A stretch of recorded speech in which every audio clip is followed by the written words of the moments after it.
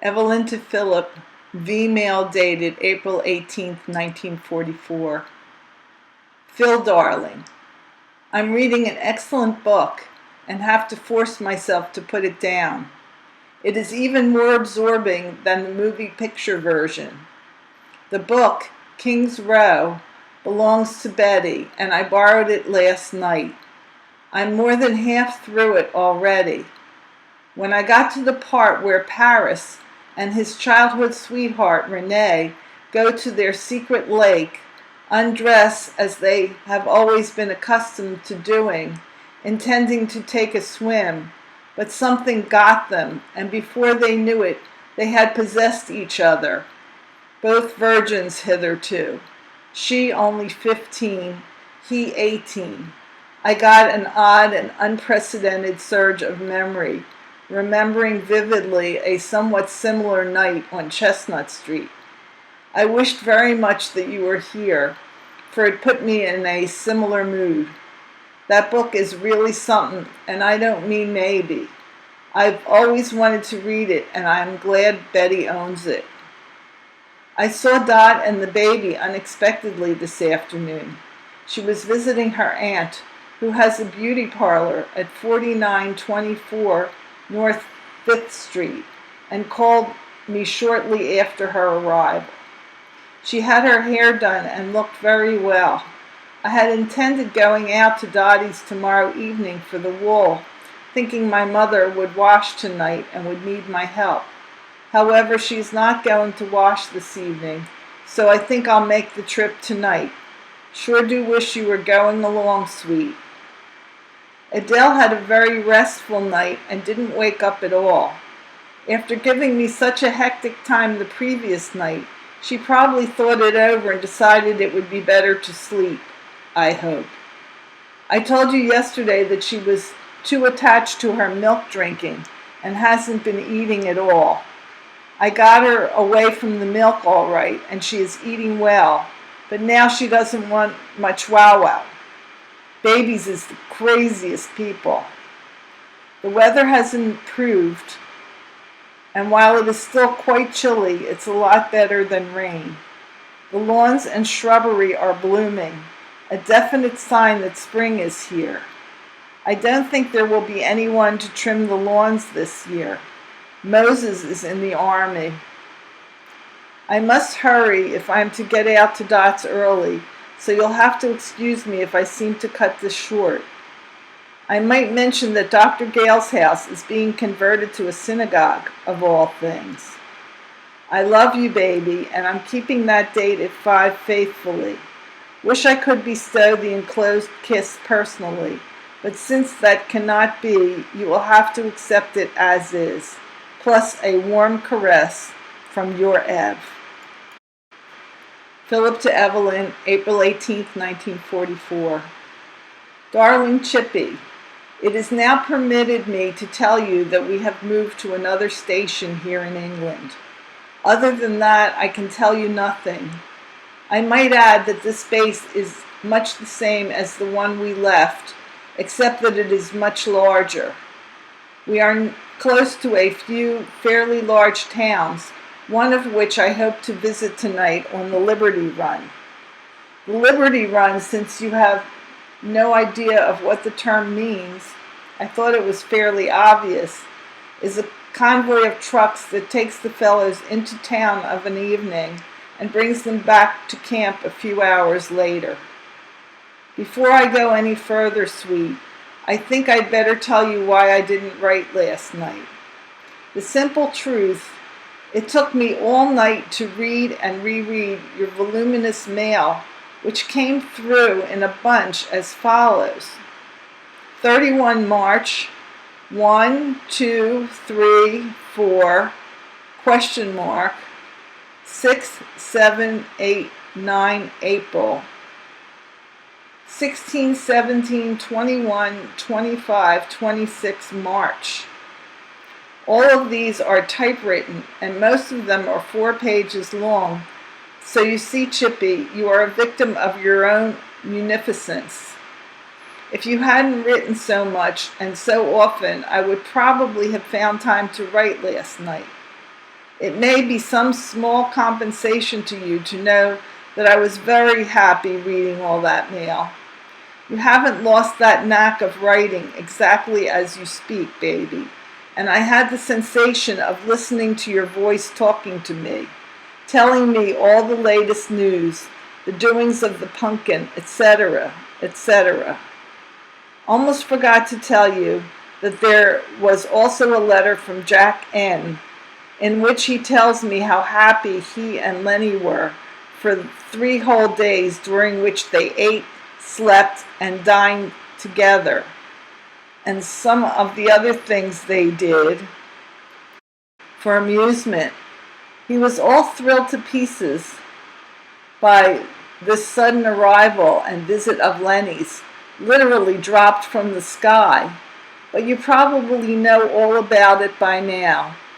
He, Jack, answered my letter within the hour of receiving it, so I reciprocated by sending off 4 of these sheets in like manner. I mentioned your suggestion of a Jack-Lenny-Phil alliance just to get his reaction. You wanted to know what I thought of the idea, sweet, so I'll try to oblige. It may not have occurred to you that aside from the financial angle, I have very little to contribute to such a partnership. My knowledge of photography is confined to the bare fundamentals, and unless we are able to start page 2 off on a big scale, they will have very little need of an inside man.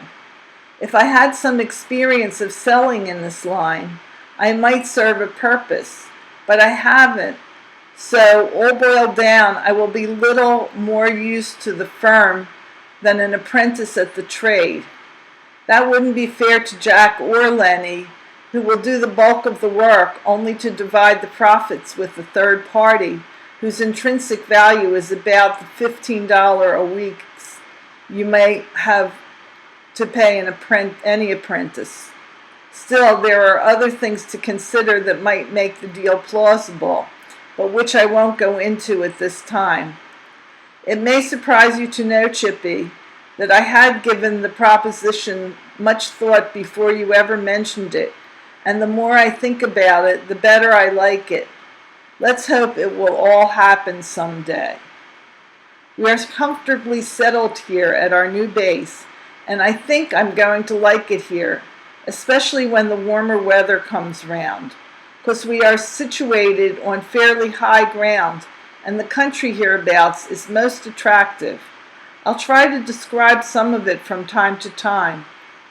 It might help if you would let me know what you are interested in or curious about. There is very little news to impart at this time, Chippy, since my routine is much the same. Red says to send the shirt, khaki ties, and khaki caps as is, unless they are very dirty, in which case you might have them cleaned. We are bunkmates again. Klein surprised me just now by telling me he had made a footlocker for me. He even took the trouble to paint it. Klein's a good kid, and I like him, in spite of his wildness.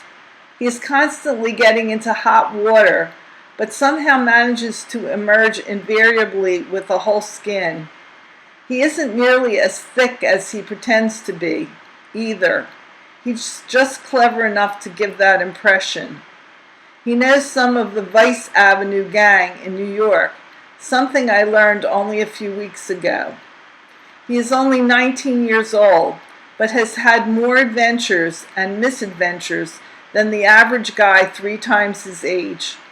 Some of his stories are downright fascinating, and I've played around with the idea of writing a book based on his few but hectic years.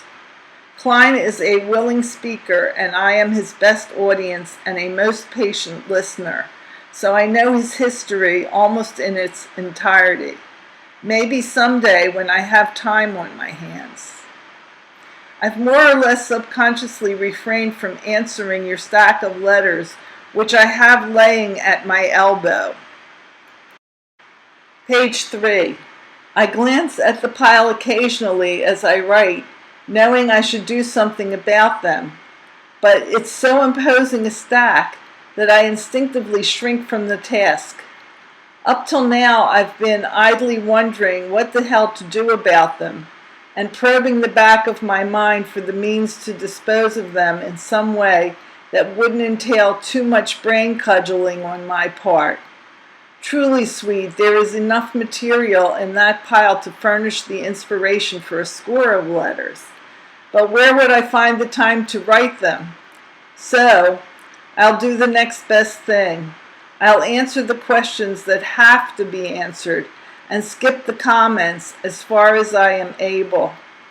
The following sentences will be each an answer to a question you have put. If they don't hang together, you'll understand why. Oh, sweet, I don't blame you for dreading the next shoe-buying spree for the pumpkin. Not if you have to knock yourself out so completely in the process. How often do you have to go through all that? If Ed's mail gets home in 5 days, maybe mine will too from this space. That baby jewelry of your mother's should look very nice on Adele. Be very sure she can't pull the ring off. If you get a chain for the locket, I think it would be a good idea to run it through a safety pin attached on or under the back of her collar so that she won't be able to remove it. The chocolates reached me in good shape. Don't let that deter you. Please, Chippy, stop worrying about what's liable to happen to me in London. There really is no cause for concern. I wish I knew what to tell you to reassure you. I don't overlook anything you write, dear. It's just that you don't make yourself sufficiently clear at times.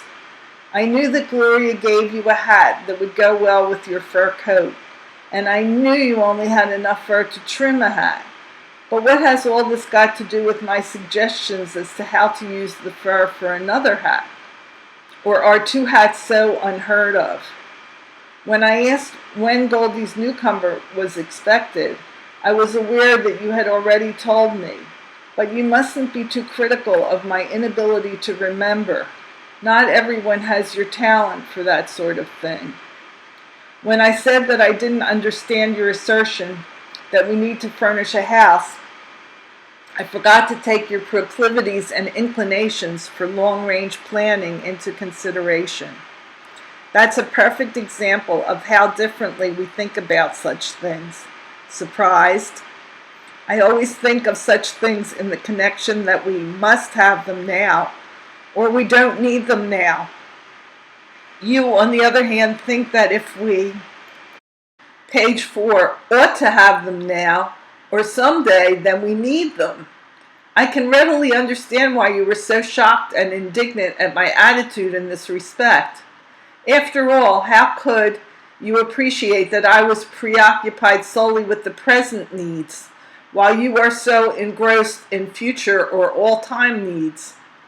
Anything I have is Jack N's for the asking, if I can possibly spare it without depriving my family. You should know that without asking. Compoboard, right. Yes, dearest one, everything new and modern for the next one. How will you have it, male or female? I sent no snap of any fellow. The one you have was probably stuck in with my letter by the censor by mistake. Please send it back to me. No, I've never seen a Ouija board, but I know what it is. Ask Harry or Mom about the Ouija board predictions we got out of a plain wooden table. You're getting absent-minded, sweet. I've received 2 unsigned letters from you within as many weeks. That last day of March was certainly a bad one for you, Ev, and I don't wonder you were disgusted. Please curb the roughhousing tendencies of the boys when they play with the pumpkin. Next time we may not be so lucky. If, God forbid, she is ever hurt badly, I would find it very hard to forgive you. One expects cuts and bruises from time to time. Where a baby is concerned, it is unavoidable, but I am in a constant fret lest she come to some great harm. I'm trying to reassure myself that you are taking every precaution in this direction, and I'd appreciate it if you would confirm this. Yes, I did say I'd see you in 44. What's more, I still believe it. I know what I'd do when the pumpkin refuses to eat, but I'm sure you know much more about the subject than I, and I wouldn't want to prejudice you by telling you what I would do. I don't know why it bothers you so, if it doesn't her. I figure she'll eat without coaxing if she's really hungry. If she isn't, why feed her? To hell with what people say. There, I told you anyhow. What is this? Are you getting bashful or what? This letter, 3112, is concluded with a big hug and kiss from ... Now I remember. You did give those things to Pete, didn't you? Forget it. I'll get along with what I have. Forgive me if I seem to forget to mention your birthday on your birthday. You see, I tried to time my birthday greeting to reach you on your birthday. Can I help it if the post office isn't dependable? Wish you wouldn't make such a fuss over that alleged poetry I write from time to time. Someday you're, page 5, apt to show it to a party that's hep, and you'll learn that what I already know, that it's corny and almost entirely devoid of merit. I'd hate to see you disillusioned and embarrassed on this account. Therefore my request, remember, that you keep these things to yourself. They are written for your edification and for no other reason. If you are undiscriminating or prejudiced enough to like them, then they have served their purpose, and I am content with the fruits of my labor. Betty and those other admirers of my little effort don't know a hell of a lot about poetry if they thought that was good, and I hope you aren't naive to the extent that you foresaw any other reaction on their part. Naturally, rather than hurt you in the least by deprecating it, they'll go to the other extreme and praise it to the skies so that you will be that much prouder of your fill.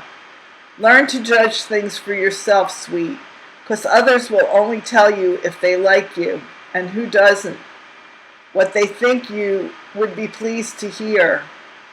Sorry, I can't oblige by saying, okay, go to work. You must be cognizant of my opinion in the matter by now. I certainly wrote plenty about it in the past few weeks. However, if you think I'm not justified in my stand, I'd like to know why you think so. If you think you can convince me that you are right and I wrong, go ahead, I'm listening. On the 4th of April, you start off by saying, it just struck me that I could tell you more about the bris. Whereupon, you promptly proceed to inform me that you wore your gray suit, white blouse, etc., and that everyone wanted to know where you got the new beaver coat. Thanks, dearest one, for telling me more about the bris. You're cute, no kiddin'. I'm still laughing. Where on earth did Gloria ever get that idea about a sheery, sexy nightie and gown set? To start off on the right foot, no less. What do I think? I think if she as much as raises her dress an inch above her knee when Jack gets back, she better run for cover, bed cover, or else keep a baseball bat handy to beat him off with. As for me, well, you know me, kid. Anytime, any place, anyhow. And you've never needed a nightie before. Sheery, sexy nightie indeed. Humph. I'm insulted you didn't tell her off right then and there. What kind of bad days? What kind? Have you been fooling me? That calls for a lot of explanation, dear, and it better be good. About that devilish writing. I'm squelched. but completely and deeply mortified too, that no one, not even you, how could you, appreciates it. Take it from me, and I know I'm at my best when I write in that vein, and I'm desolated that no one approves. Oh well, such is life. Page 6. One disillusionment after another. And if you think I'm kidding, then you don't know me. Don't ever call me doll, as Harry would say. That's one appellation that really makes me squirm. PFC H. Wyman's new address duly noted. I'll write soon. In the next paragraph, you pulled a real boner, Chippy. You tell me about receiving a letter from Jack S. And then, in a letter to Goldie, he said, the way I feel now, I could knock out a dozen kids. Wait till Gloria hears about this. Wrong, Chippy. Frigidaire isn't one of the best on the market. It is the best. Yes, I like the cookies. So did everyone else. They just adored them. I got 4, no more, no less. Yes, I can use and am using the underwear. Yes, the candy was in good condition when I got it. You should have seen it about 10 minutes later. You are eminently correct in supposing that 5-cent bars are a great favorite with me. If you send nothing else, I'll be content. Keep 'em coming, sweet. Interesting. I mean, about Adele dubbing in those words she doesn't know. No, Faye's brother isn't at this base, and I don't see how I can contact him. I'm going to find it very difficult, if not impossible, to meet Eddie or Limey, even if I do know where they are. You say Adele is 33 inches tall now. Seems to me that's pretty tall for a baby her age. Now I am anxious to see her next pictures. The last ones of her were taken in October, if I remember correctly.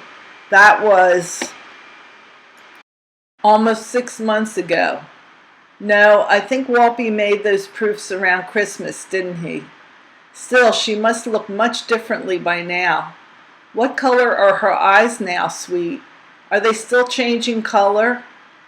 No, sweet, I don't believe in jumping the gun by forwarding congratulations in advance. Not for a new baby, anyhow. Plenty of time for that after I know that everything has come out, no pun intended, all okay. I'm not as wrong as you tried to make me out about Phil. I'm only wrong in assuming that he hasn't changed. I understand now that he has, amazingly. I wrote to him a few days ago. This just about answers all your mail, Chippy. I don't think you have any complaint on that score, eh? I neglected to say I started this on the 18th and held it over to complete it on the 19th. I won't forget to say that I love you very much, my darling, and would give much to tell you so again in person, rather than through the medium of pen and ink. My love to the pumpkin and all my dear ones. As ever, your Phil. Letter from Eddie Paller, Ev's brother, dated April 18, 1944. Dear Phil, received your letter of April 11th, and I'm very glad to hear from you. Don't know whether we can meet, but as I said before, I can meet you in Bristol. In expressing your thanks for the anniversary present, I want to say that it really wasn't much of a sacrifice, and furthermore, it was a pleasure to send it. Ev writes sometimes and says all is fine and well, and that she hears from, page 2, you pretty often. Haven't dropped a line to your brother Jack yet, but I'm doing so right after this letter. Glad to hear he is doing fine, and hope it's always that way. A few weeks ago, I saw a USO show, which was pretty good. Saw some pictures, and putting everything together, not having such a bad time. Included in the envelope is 2 articles about this fellow tailor I met while I was home, making himself some name. I am fine, and about page 3, the only thing I really have to put up with is this April weather. I'm still looking for some of this spring weather. How about it? Sorry I slipped up on writing, and I will drop you a line constantly. I hope you are enjoying good health and feeling fine. That's about all from this chunk of the ETO. So, till I hear from you, sincerely yours, Ed. This is the newspaper article that Ed sent to Philip about Mayor Taylor. The headline is, "Gives up his mask to save crewmen." Second Lieutenant Mayor Taylor, 25, of 4944 North 8th Street, pilot of the Flying Fortress round trip, risked death in a raid over Frankfurt, Germany, to save his gunner's life. While flying over his target, Taylor doffed his gas mask and used it to rescue the gunner, Sergeant Joseph F. Karpinski, 20, of Wilmington, Delaware, who had lost his own mask. Later, Taylor noticed that his bombardier also was without a mask, and knowing that men thus unprotected have died at such altitudes, he descended to a lower altitude for the rest of the trip back home. Lieutenant Taylor, son of Mr. and Mrs. Herman Taylor, already had received the Air Medal for meritorious achievement while participating in 5 operational raids. The Olney High graduate was in business with his father at 1413 Columbia Avenue before joining the Army on February 28, 1941. He was in the 57th Coast Artillery, but after a year's service in Hawaii, he was transferred to the Air Force and was graduated from the Bombardier School at Roswell, New Mexico. A brother, Sidney S., an aviation cadet, is now at Beloit College, and another brother, Jack A., is at Camp Stewart, Georgia.